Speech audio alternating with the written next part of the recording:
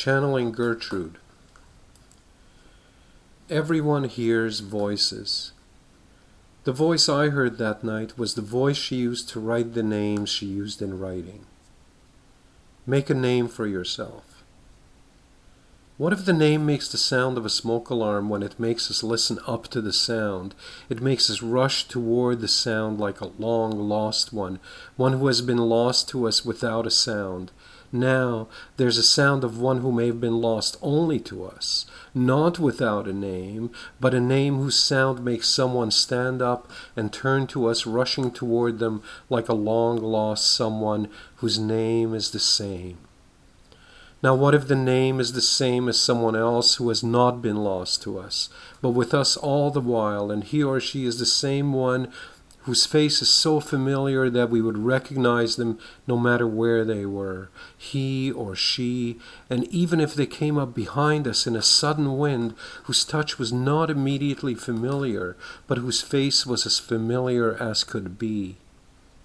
And if the sound of the name is recognized by someone who hears the name, and suddenly the wind dies, and the sound of the name is clear to us, but not to someone who still hears the wind rushing to meet them at the train station. Who has not recognized the sound of the name he or she hears at the train station? Can the sound be recognized to make someone turn into the wind and still hear clearly?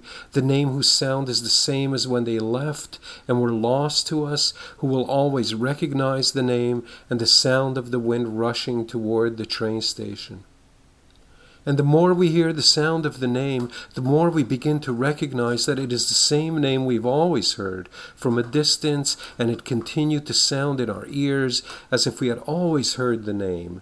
No, not a sudden wind would make us turn toward the voice who said the name because it was familiar.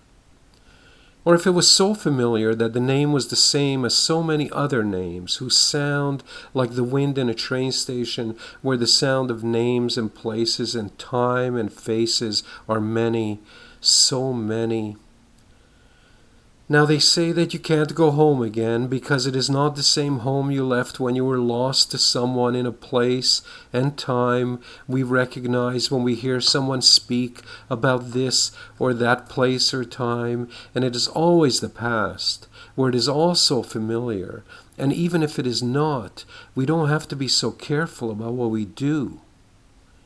If the name is familiar, and we recognize the sound as someone who has left us for far away, where the past is unfamiliar, and the sound is not one we recognize, but one whose sound makes the sound of a whistle, we turn to face the direction of the sound, and if he or she is different from the one who is lost to us, we turn and return to the home where he or she is sitting on the steps and smiling.